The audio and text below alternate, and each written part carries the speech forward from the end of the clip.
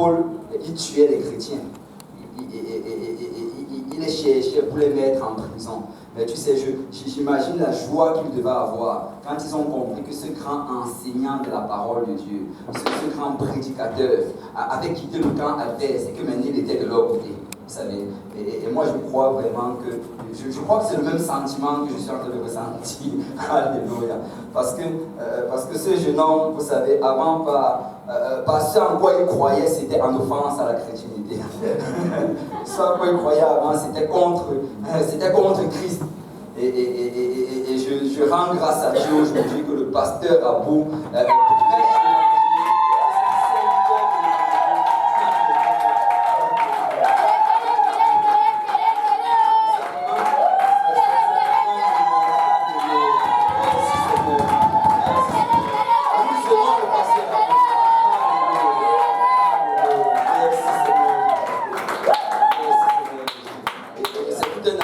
de la parole de Dieu. Amen. Je suis content qu'il est de notre côté. Amen. Alléluia. Alors, pasteur, si tu peux venir.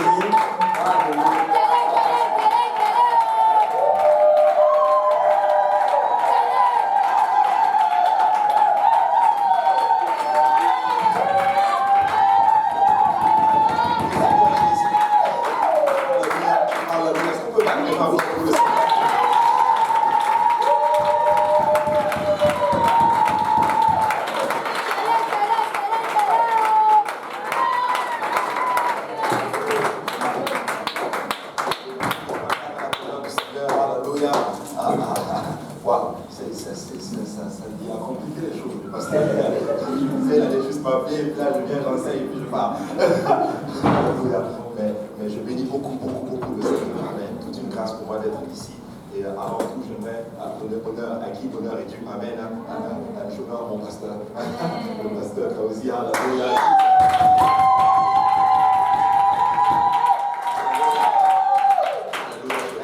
En d'autres termes, qu'on ne peut pas être un disciple sans suivre quelqu'un. Alléluia. Et je suis content vraiment de suivre l'homme de Dieu. Alléluia. Son épouse, la soeur Jolie et leurs enfants.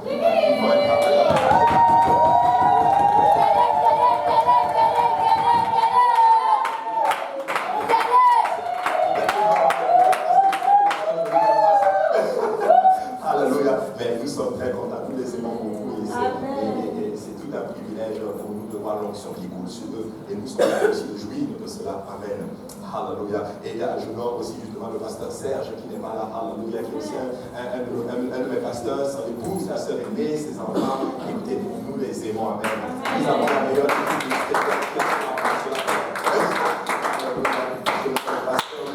Alléluia, je l'aime beaucoup aussi, son épouse.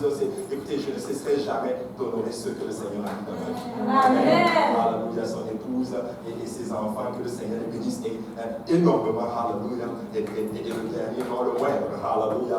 Non, l'avant-dernier, non le moindre. Alléluia, pasteur Lionel.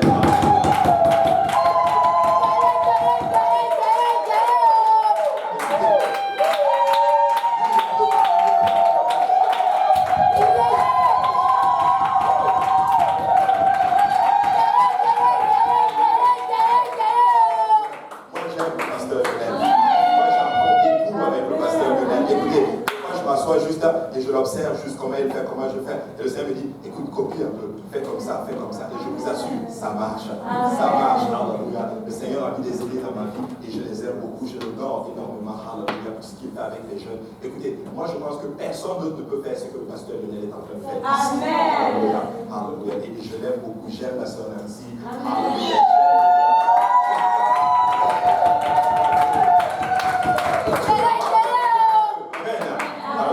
Encore fini avec eux. Et je nomme aussi le pasteur Yannick. Alléluia.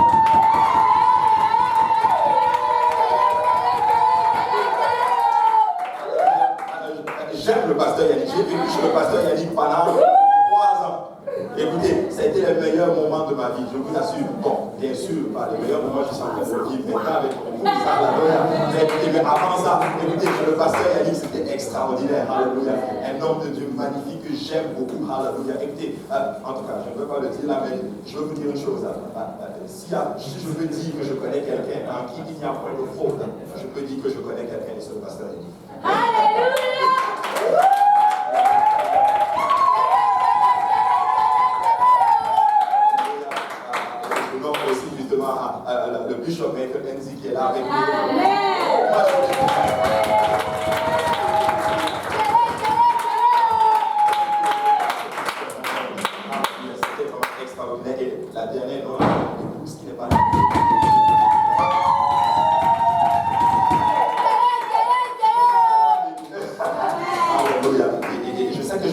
avoir des problèmes parce qu'elle n'aime pas ça. Probablement qu'elle nous suit en direct. Alléluia, elle n'a pas pu être là avec les enfants et tout. Mais j'aime beaucoup ma femme. Amen. J'aime ma femme. Alléluia. Maintenant, on va aller dans la présence, dans la parole du Seigneur. Alléluia. Parce que c'est moi qui m'en suis.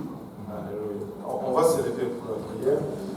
Alléluia. Seigneur, nous te rendons grâce encore une fois pour ton amour, ta bonté, ta fidélité. Merci pour le privilège et l'honneur d'être encore une fois là, ta présence dans ta maison. Nous prions que tu nous bénisses maintenant. Nous réalisons que nous sommes des hommes naturels et charnels. Et, Papa, les choses de ton esprit, de ta parole sont faux libres. Et de nous-mêmes, nous devons les saisir. Nous prions que tu vois ton serviteur et que tu puisses déclarer ta parole sans crainte, ni faveur, ni hésitation. Papa, bénis-nous tous ensemble afin que nous puissions recevoir cette parole. Que germe en nous et produise le fruit, que ce fruit nous conduise dans la vie éternelle. Au nom de Jésus, nous te prions ainsi. Nous disons tous au nom de Jésus. Au nom de Jésus. Au nom de Jésus. Alléluia. Et avant de nous apprendre, je rends grâce à Dieu aussi pour vous, le peuple de Dieu. Amen.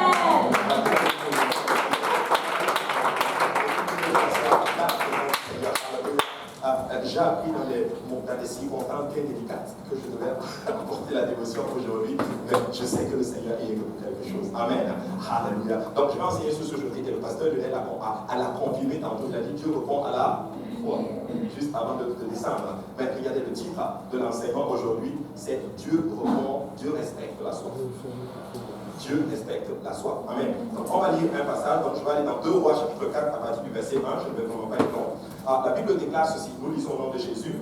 Une femme d'entre les femmes des fils de prophète cria à Élisée en disant, ton serviteur, mon mari, est mort, et tu sais que ton serviteur craignait l'Éternel. Or, le créancier est venu pour prendre mes 2 enfants et en faire ses esclaves. Élisée lui dit, que puis-je faire pour toi? Dis-moi, qu'as-tu à la maison? Elle répondit, ta servante n'a rien du tout à la maison qu'un vase d'huile. Et il dit, va demander au dehors des vases chez tous tes voisins, des vases vides, et n'en demande pas un petit nombre. Quand tu seras entré, tu fermeras la porte sur toi et sur tes enfants, et tu verseras dans tous ces vases, et tu mettras de côté ceux qui seront pleins. Alors, elle le quitta. Elle ferma la porte sur elle et sur ses enfants. Il lui présentait les vases et elle versait. Lorsque les vases furent pleins, elle dit à son fils, présente-moi encore un vase, mais il lui répondit, il n'y a plus de vase. Et l'huile s'arrêta. Elle alla le rapporter à l'homme de Dieu et il dit, va vendre l'huile et paie ta dette et tu vivras toi et tes fils de ce qui te restera. Amen. Alléluia. Je vais enseigner sur ce sujet, je l'ai déjà enseigné dans notre thème ici à l'église de l'Est. Amen. Dieu respecte la soif. Et je reste convaincu, en d'autres termes, sur une chose, c'est que nous devons respecter les gens. Amen. Nous avons été éduqués depuis que nous étions petits. Il faut respecter les gens. Il faut respecter les gens qui viennent à la maison. Il faut respecter les gens lorsque nous allons dehors. En d'autres termes, ça fait partie de nos valeurs.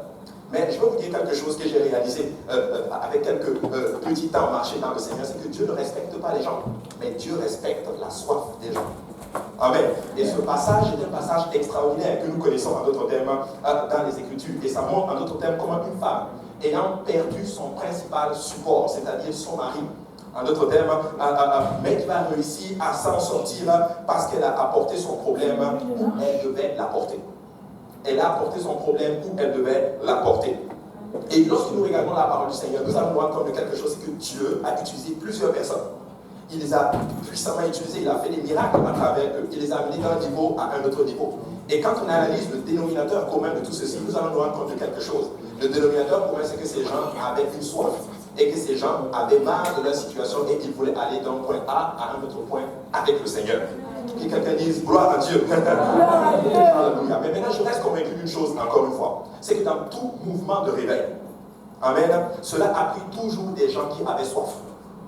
Écoutez, ça ne prend pas un gros programme, ça ne prend pas une grosse promotion, ça ne prend pas toutes ces choses en d'autres termes pour performer le miracle. Mais pour performer le miracle, ça prend des gens qui ont soif du Seigneur. Alors je répète, je suis en train d'enseigner sur ce sujet, Dieu respecte la soif des gens. Donc, je suis en train de dire que dans tout mouvement de réveil, le réveil est arrivé parce que ces gens avaient soif du Seigneur. En fait, ce n'est même pas une grande prédication. La preuve, c'est que ce que nous sommes en train de voir, peut-être certains disent que nous sommes des grands enseignants, des grands prédicateurs, hallelujah. Mais moi, je crois que le plus grand des enseignants, le plus grand des prédicateurs, c'est le Seigneur Jésus, hallelujah. Donc, ce n'est pas une grande prédication, amen, qui apporte le réveil, mais c'est la soif des gens qui apportent le réveil, hallelujah. Est-ce que vous avez soif ce matin du Seigneur? Est-ce que les gens qui ont soif du Seigneur ce matin? C'est toi qui vas décider à quelle dimension tu vas aller avec le Seigneur. C'est toi qui vas décider à quelle vitesse tu vas aller avec le Seigneur. Et certains d'entre nous, nous cherchons des fois Dieu. Alléluia. Nous cherchons le Seigneur, mais je pense que nous le cherchons de la mauvaise manière. Nous devons rechercher le Seigneur exactement comme il veut. Amen. Maintenant, dans l'histoire que nous venons de lire, nous voyons cette jeune dame, probablement qu'elle était jeune, qui a perdu son mari. Son mari, en d'autres termes, était un homme de Dieu. Elle l'a perdu. Elle a perdu son principal support. Et les Écritures déclarent que le créancier est venu, probablement qu'il avait des dettes. Et là, quand je pensais à ce passage, j'ai dit, même depuis le temps, les prédicateurs souffrent. Ce n'est pas facile pour les prédicateurs. Alléluia. Les postes sont déjà vides dans le monde, dans les autres mouvements, dans les autres dénominations. Ils dépouillent le peuple pour servir pour servir le prédicateur. Mais laissez-moi vous dire que dans le mouvement apostolique, c'est toi qui te débrouilles pour servir le peuple de Dieu. Alléluia. Donc ça a toujours été comme ça et je suis content de voir que ça continue aussi comme ça dans le mouvement apostolique. Amen. Amen. Maintenant, à cette époque-là, le mari était le soutien, mais il avait des dettes et il est mort et il a laissé en notre terre sa famille dans cette situation-là. Maintenant, cette dame va courir et aller voir l'homme de Dieu. Elle va aller voir Élisée. Et quand elle arrive vers Élisée, voilà comment elle approche. Elle dit ton serviteur, mon mari. Donc, regardez comment elle présente en d'autres termes à son mari. Ton serviteur, mon mari. En fait, elle est en train de dire homme de Dieu. Avant d'être mon mari, il est d'abord ton serviteur. En fait, elle a mis Dieu en avant. Amen. Je suis là pour dire que la clé dans le mouvement apostolique pour voir le réveil, c'est que nous allons mettre le Seigneur en premier. Amen. Nous allons mettre le Seigneur en premier. Avant d'être ce que nous sommes, alléluia, nous sommes d'abord des serviteurs de l'Éternel. Écoutez, je suis un père de famille, je suis un époux, mais je crois ceci, avant d'être tout ceci, je suis d'abord un homme de Dieu. Alléluia, dis à ton voisin, tu es d'abord un homme de Dieu. Ou tu es d'abord une femme de Dieu. Alléluia. Regardez ce que la Bible dit dans le psaume chapitre 37, verset 4. La Bible dit ceci, fais de l'Éternel tes délices et il te donnera ce que ton cœur désire. Recommande ton sort à l'Éternel, mets en lui ta confiance et il agira. Il fera ta justice, il fera paraître ta justice comme la lumière et ton droit comme le soleil à son midi. Regardez le verset qui dit, remets ton sort à l'Éternel. Donc cette dame n'est pas allée voir le gouvernement, le roi à l'époque. Oh roi, mon mari est mort, écoute, efface ma dette. Le recouvrement a commencé déjà à appeler. Tu dois payer tes dettes. Mais cette dame a pris son problème et elle est allée voir en d'autres termes le prophète Élisée. Homme de Dieu, voici la situation. Je veux vous dire une chose. Tant et aussi longtemps que nous allons sortir de la volonté du Seigneur, nous allons rencontrer uniquement que de la confusion. Amen.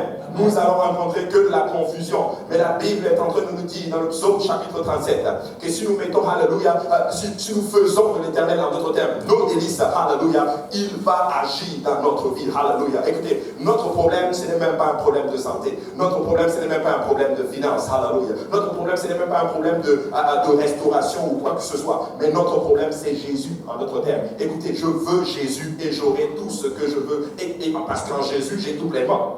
Amen. Qui peut dire Amen à cela? Amen. Alléluia. Fais de l'Éternel tes délices et il te donnera ce que ton cœur désire. Regardez, recommande ton sort à l'Éternel. Comme cette dame a recommandé son sort à l'Éternel, laissez-moi vous dire que le Seigneur a agi. Maintenant, dans le psaume 11, verset 3, la Bible dit ceci. Quand les fondements sont renversés, le juste, que ferait-il? David est en train de parler. Lorsque les fondements sont ébranlés, et dans cette situation, ça peut être des fondements financiers. Dans cette dame, c'était des fondements financiers. Les finances étaient finies, il n'y avait plus rien. Des fois, ça peut être ta santé qui est à terre. Ça peut être un problème d'immigration. Ça peut être tout un problème de restauration, un problème d'addiction. Mais la Bible est en train de te poser cette question ce matin. Lorsque ces fondements sont ébranlés, que ferait le juste? Que ferait celui-là qui est justifié par le Christ? Je répète, lorsque les fondements sont ébranlés, que ferait le juste? Mais cette dame, que je dirais juste, a pris son problème et elle l'a apporté vers le Seigneur. Et je suis là pour dire au peuple de Dieu, je suis là pour dire à ces jeunes apostoliques, à JPDL, alléluia, lorsque les fondements sont ébranlés, lorsque dehors tu vas sortir et qu'on va te calomnier parce que tu sers Jésus-Christ, lorsque tu vas sortir dehors et qu'on va te dire qu'on t'a lavé le cerveau, lorsque tu vas sortir dehors et qu'on va te dire que tu es devenu folle pour le Seigneur, laisse-moi te dire que tu es devenu sage pour le Seigneur. Laisse-moi te dire, alléluia, que tu as mis en d'autres termes ta confiance dans le Seigneur. Et je suis là pour dire à quelqu'un, écoutez, quand je viens dans la maison du Seigneur, je ne viens pas perdre mon temps. En fait, je viens pour la. Mais quand je sors dehors, je perds mon temps. Vous voyez par contre. Donc je ne viens pas dans le Seigneur pour perdre mon temps. En fait, je viens dans le Seigneur pour gagner mon temps. Alléluia, pour le Seigneur.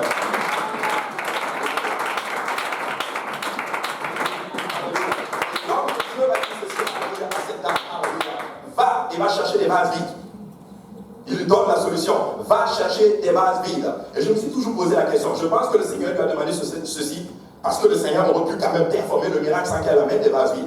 Parce que le Seigneur voulait l'impliquer, alléluia, dans son projet. Amen. Écoutez, Dieu veut que nous apportions des vases vides. Parce que Dieu veut nous impliquer dans ce projet, alléluia, pour embraser cette ville. Écoutez, Dieu s'est résolu de prendre Montréal-Est. Il s'est résolu de prendre Montréal. Il s'est résolu de prendre le Québec. Il s'est résolu de prendre toute l'Amérique du Nord. Mais devinez avec qui il a décidé de le faire? Avec nous autres. Alléluia. Il a décidé, alléluia. Écoutez, quelqu'un, tu vas juste aller chercher un vase vide et l'apporter. En d'autres termes. Amen.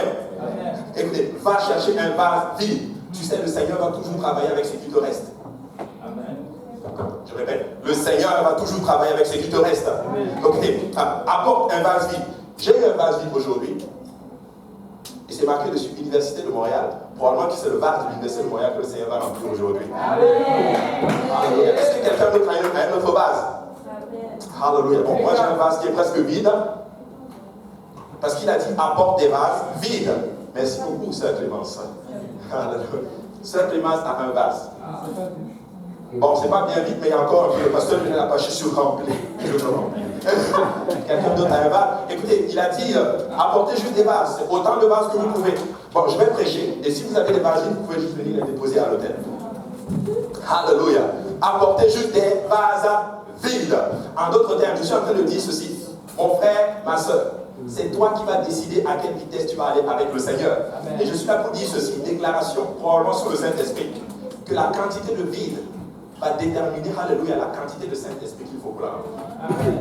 Écoutez, je suis là pour dire à quelqu'un, est-ce qu'il y a des gens qui ont soif du Seigneur? Amen. Est-ce qu'il y a des gens qui veulent plus du Seigneur? Alléluia. Amenez autant que vous voulez. Amen. Collectez tous les vases vides que vous pouvez trouver et je le remplirai, dit le Seigneur.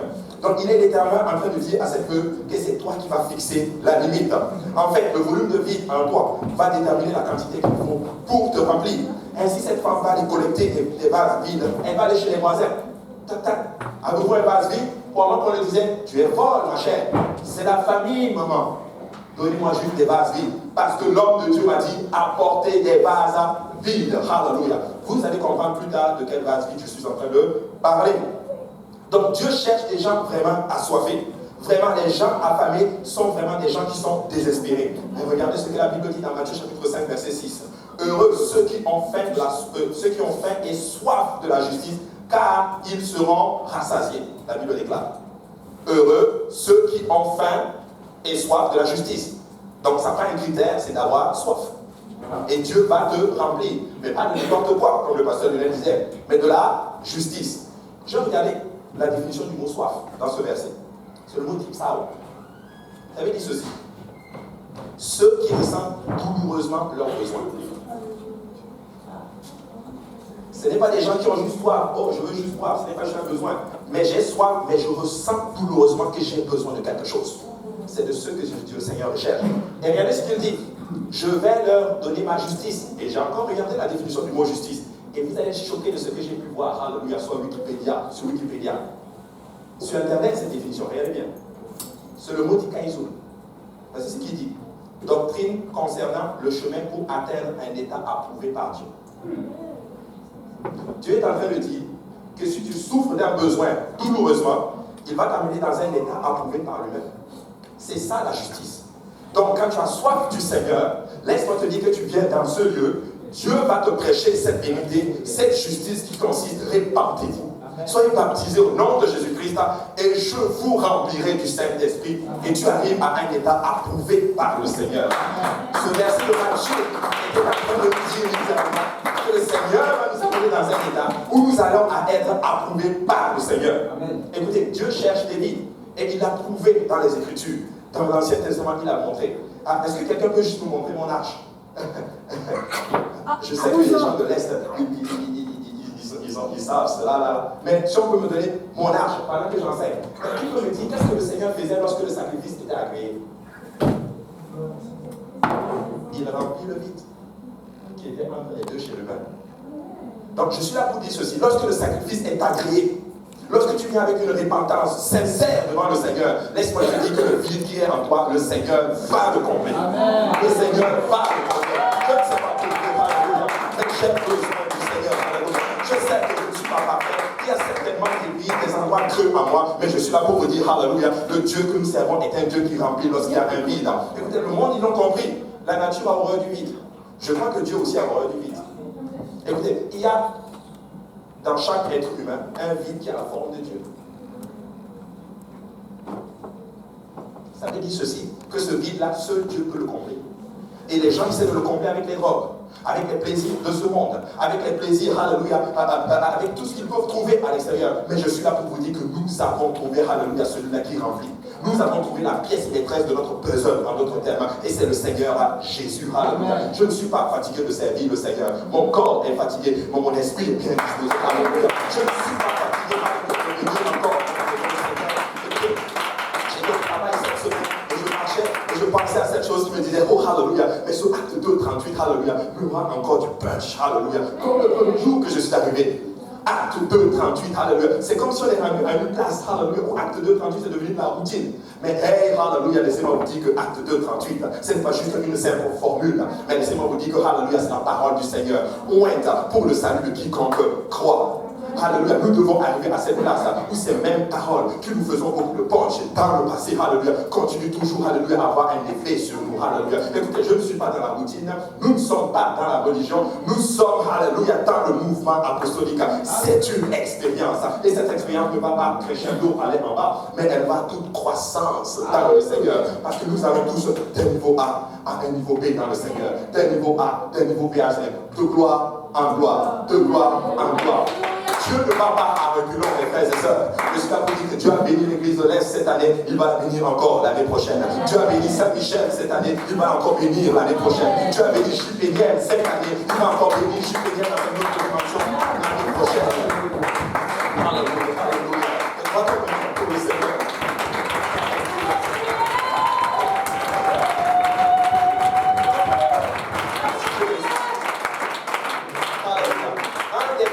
Ennemis du réveil, c'est la satisfaction. Un des ennemis, alléluia, du réveil, c'est la satisfaction. Je ne suis pas satisfait de ce que je vois. Je ne suis pas satisfait. Oui, Dieu a performé de grands miracles, n'est-ce pas, Pasteur Lionel, avec Gilles Méniel. Mais nous ne sommes pas satisfaits. Nous allons encore voir de grandes choses. N'est-il pas écrit, si tu crois, tu verras la gloire de Dieu. Si tu crois, tu vas voir la gloire de Dieu. Écoutez, je m'attends à voir, alléluia, des gens qui vont faire la ligne pour venir se faire baptiser au nom de Jésus-Christ. Je vais voir des gens remplis du Saint-Esprit, instantanément comme ça dans le métro, instantanément comme ça sous une simple prédication, alléluia. Peut-être pas, ça n'a rien à voir avec le prédicateur, alléluia. Peut-être le parle croche et toutes ces choses, mais ce n'est pas ce que Dieu recherche. Dieu recherche quelqu'un qui a soif de la justice. Amen. Je vais terminer avec ceci. Dieu recherche vraiment la soif. Et je vais terminer avec une histoire qui est très particulière pour moi dans les Écritures. Dans Actes chapitre 8, il y a un eunuque. Et vous le connaissez. Il n'est pas nommé, mais nous savons que c'est un eunuque. Amen. La Bible enseigne qu'il a quitté son pays pour aller adorer à Jérusalem. Et au retour, la Bible enseigne qu'il est en train de lire le prophète Ésaïe. Vous connaissez l'histoire. C'est dans Actes chapitre 8. Vous allez commencer à partir du verset 26 jusqu'au verset 40. Mais voici ce que j'ai pu voir dans les Écritures. Quand vous allez dans Deutéronome chapitre 23, la Bible déclare ceci, que les nuques n'avaient pas le droit d'entrer dans l'assemblée de Dieu. Est-ce qu'on peut me donner Deutéronome 23, partir du verset 1? La Bible dit ceci, les nuques n'ont pas le droit d'entrer. Mais ce monsieur, un eunuque éthiopien, a quitté son pays, probablement pour venir peut-être même rester à la porte. Regardez, celui dont les testicules ont été écrasés par l'urètre coupé n'entrera point dans l'assemblée de l'Éternel. C'est un eunuque. Amen. Probablement qu'il a quitté son pays, il a fait des kilomètres. Excusez-moi, je n'ai pas fait le kilométrage depuis l'Éthiopie jusqu'à Jérusalem, mais c'était un long voyage. Probablement qu'il est venu juste rester à la porte. Parce qu'il avait une soif de servir l'Éternel des armées, le Dieu des Juifs, comme on l'appelait dans le temple. Il a fait tout le voyage. Probablement qu'il n'est même pas entré dans le temple. Et je suis triste de voir aujourd'hui que nous sommes arrivés dans une zone de confort. Qu'aujourd'hui, quand on arrive dans l'église, il faut qu'on ait des sièges confortables. Il faut qu'il y ait la climatisation. Écoutez, il est venu, il est resté dehors. Cet homme avait soif. Et pendant qu'il retournait dans le désert, il était en train de lire les parchemins. Ce n'était pas la Bible comme vous avez avec moi aujourd'hui. Il était en train de lire les parchemins. Et Philippe, après avoir performé un miracle à la Samarie, après avoir eu un mouvement de réveil, c'est-à-dire une méga church, une grosse église, il est content. Il aurait pu s'asseoir et dire que, écoute, moi aussi je suis comme les apôtres. J'ai aussi mon église. Mais je vais vous dire une chose, c'est ce que je crois. Dieu ne respecte pas les ministères. Dieu n'est pas dans cette affaire de ton ministère a réussi. Dieu respecte la soif des gens. Amen. Alléluia. Dieu respecte la soif des gens. Et Philippe aurait pu s'asseoir. Oh, moi, c'est moi qui ai réussi. Mais regardez l'humilité de cet homme. Il a eu un grand réveil. Et il appelle les anciens. Venez. Ils ont reçu la parole. Ils ont été baptisés au nom de Jésus. Mais écoute, ils n'ont pas encore reçu le Saint-Esprit. Je sais que le Seigneur vous avait dit que c'est par vous que le Seigneur va ouvrir la porte. C'est par vous que le Seigneur a donné les clés. Pierre, tes mains doivent être imposées sur ces gens pour qu'ils reçoivent aussi le Saint-Esprit. Ils ont reçu le Saint-Esprit et la Bible enseigne que l'Esprit, un ange, l'amène dans le désert pour aller assoiffer, rencontrer la soif d'un eunuque éthiopien et de surcroît un non-juif. Dieu respecte la soif. Dieu ne respecte pas, oh, tu as eu 40 000 personnes, Philippe, à Samarie. Ça ne m'intéresse pas. J'ai encore quelqu'un que je dois sauver. J'ai encore quelqu'un que je dois sauver. L'ange l'amène et l'ange commence à... Et Philippe arrive et Philippe lui parle. Vous connaissez l'histoire. Et là il dit, je ne comprends pas. Explique-moi l'affaire. Je ne comprends pas ça. Et Philippe va, la Bible enseigne que Philippe va lui annoncer la bonne nouvelle de Jésus. Mais voici l'histoire. Il était en train de lire Ésaïe 53. Nous le savons, la Bible le déclare. Mais quand tu lis Ésaïe chapitre 53, il n'y a rien qui parle du salut. Tu regardes Ésaïe chapitre 53, ça parle de la souffrance de Christ. Ésaïe chapitre 54, ça ne parle pas non plus de l'évangile, rien du tout. Ésaïe chapitre 55, peut-être que ça parle de l'eau, je ne sais pas, mais en tout cas, ça ne parle pas de l'évangile. Mais quand tu vas dans Ésaïe chapitre 56, à partir du verset 3, la Bible dit ceci: que l'étranger qui s'attache à l'Éternel ne dise pas, l'Éternel me séparera de mon peuple, et voici, et que les nuques ne disent pas, voici, je suis un arbre sec. Car ainsi parle l'Éternel aux eunuques qui garderont mes sabbats, qui choisiront ce qui m'est agréable et qui persévéreront dans mon alliance. Je donnerai dans ma maison et dans mes murs une place et un nom.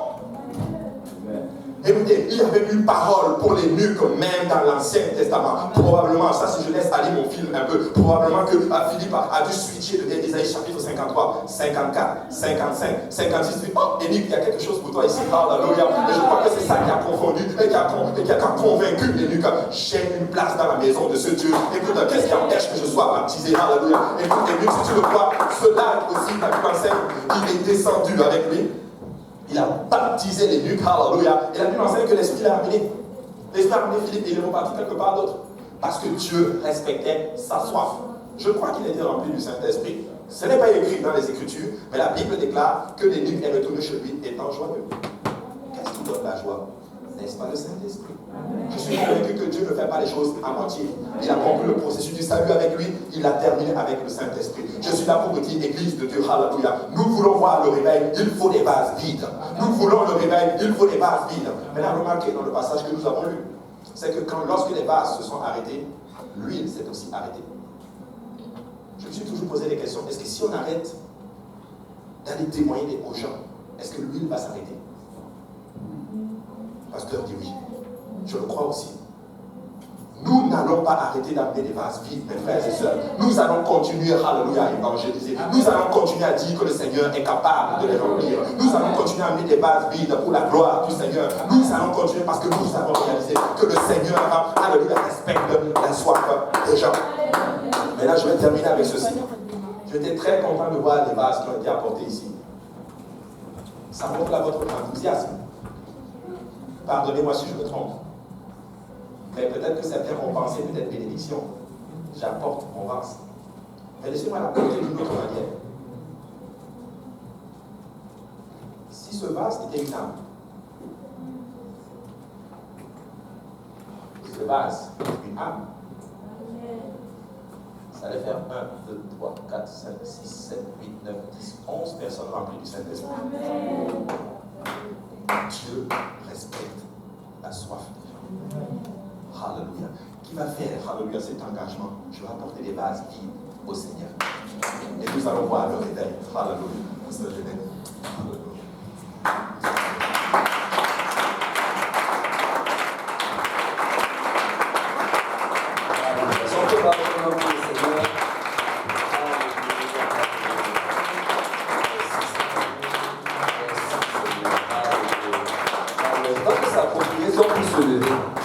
Alléluia. Je ressens un esprit de conviction et je crois que c'est approprié qu'on parle au Seigneur. Amen. On va prendre un petit temps pour prier et si on peut juste fermer nos yeux, lever nos voix vers le Seigneur et on va lui parler. Alléluia. Seigneur, me voici. Seigneur, me voici. Alléluia. Tu sais, peuple de Dieu, nous sommes les mains de Dieu. Nous sommes la bouche de Dieu. Nous sommes les yeux de Dieu. C'est par l'homme que le Seigneur sauve. Alléluia. Et c'est notre responsabilité d'apporter des vases. C'est notre responsabilité d'avoir les yeux ouverts. C'est notre responsabilité de parler. C'est notre responsabilité de tenir par la main et dire allons dans la maison du Seigneur. Alléluia. Et si on peut juste parler au Seigneur et dire Seigneur, montre-moi un vase. Alléluia. Seigneur, montre-moi des vases car je dois en apporter dans ta maison. Alléluia.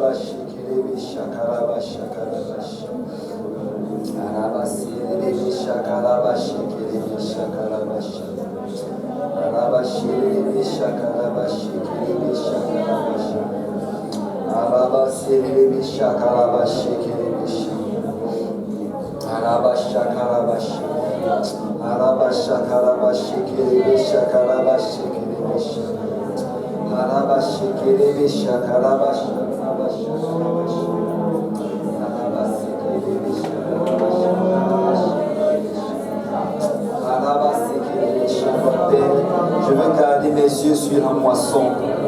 Je veux garder mes yeux, Seigneur, sur la moisson.